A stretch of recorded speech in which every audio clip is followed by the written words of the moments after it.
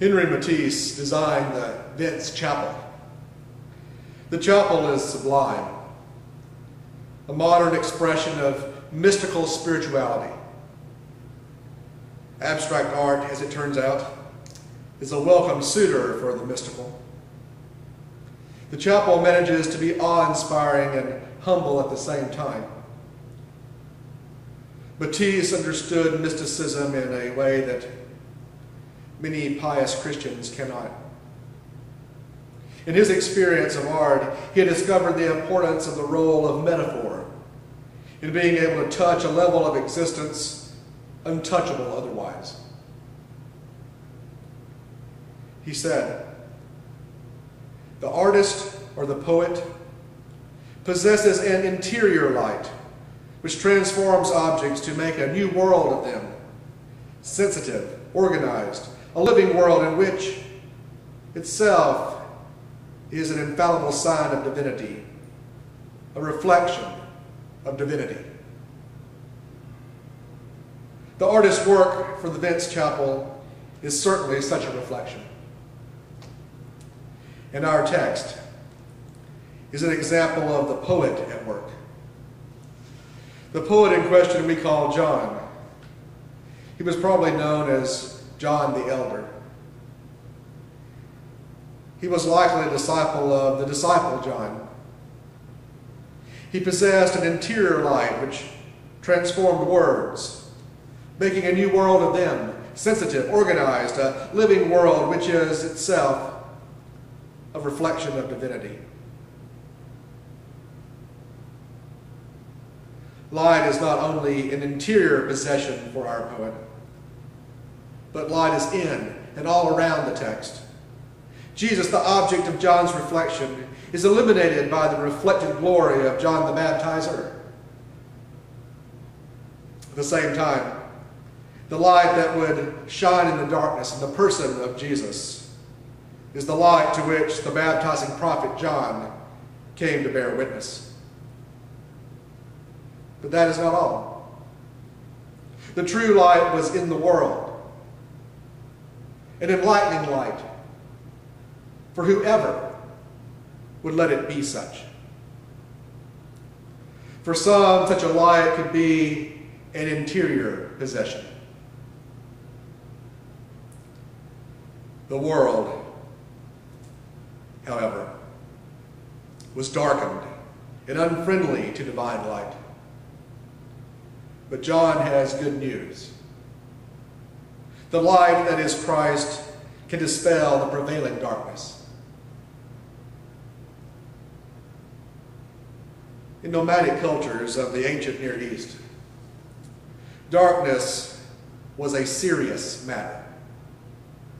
When the sun set, the light of the fire was both warmth and safety.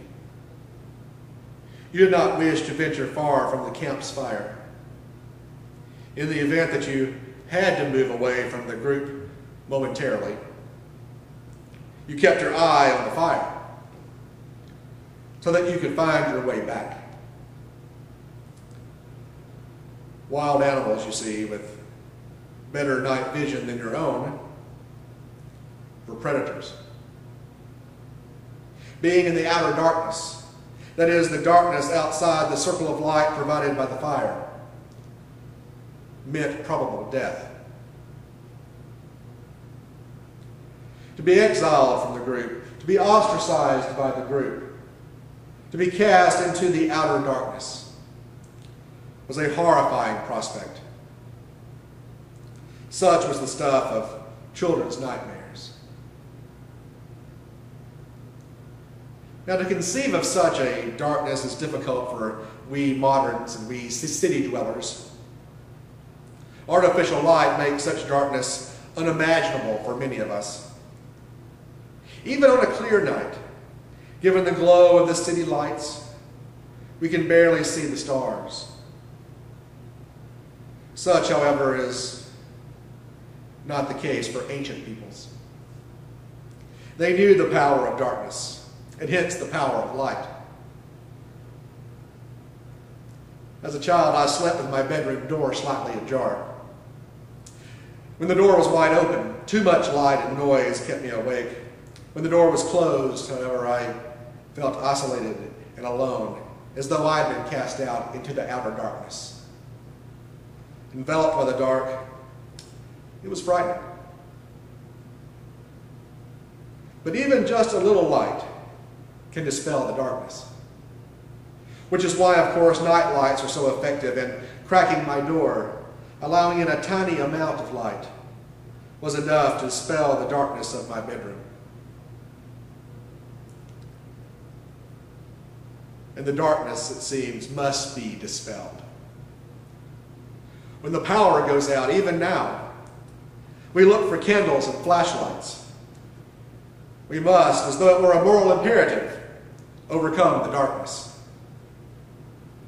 We have an adversarial relationship, it seems, to the darkness. We allow ourselves to sit in darkness only when we choose to sit in darkness. Darkness not chosen is something to be overcome.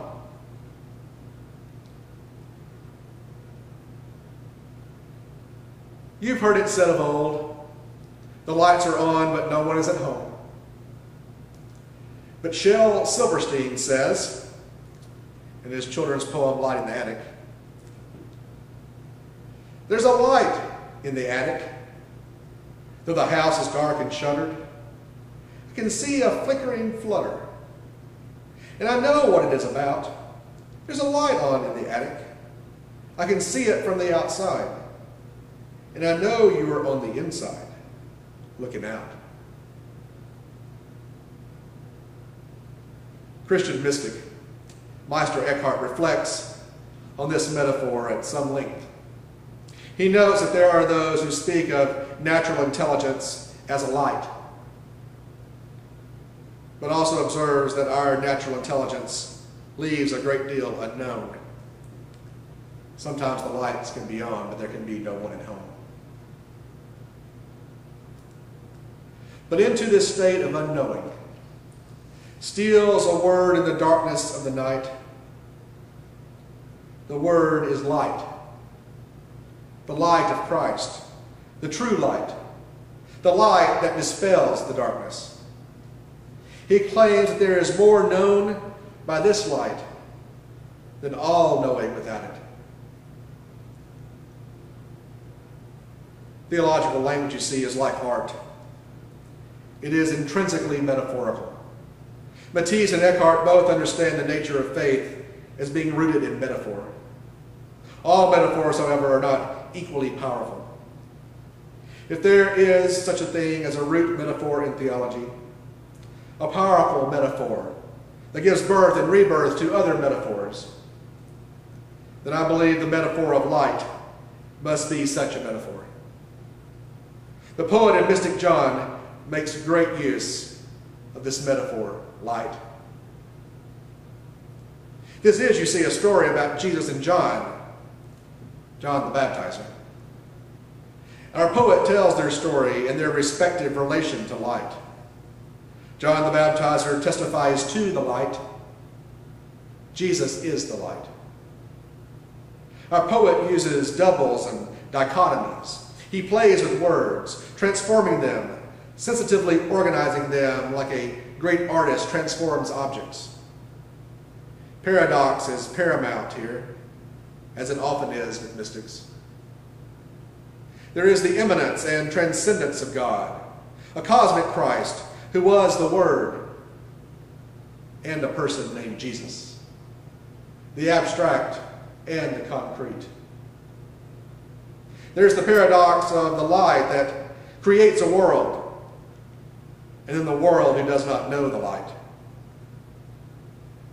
Our poet plays with the concept of time.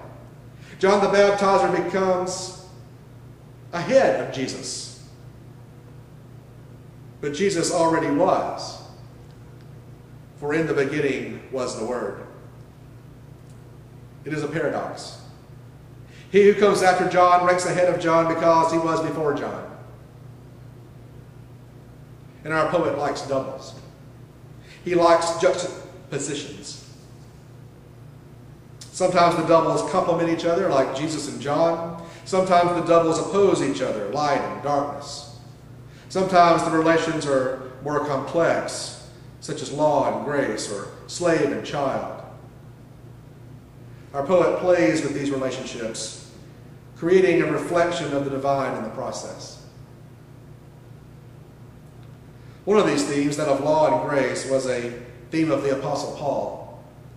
You can see that theme reflected in our epistle reading for this morning, as you can see the theme of slave and child there as well. And all this brings us back to where we started. Our poet possesses an interior light, which transforms objects to make a new world of them, sensitive, organized, a living world which is in itself an infallible sign of divinity, a reflection of divinity. In this interior light, we are told by our poet, is Christ. And Father, you too can have this light. All can have this light. It's not just for our poet. It is for all. All, you see, can become children of God. Christ, the Word, gives all the power to become God's children.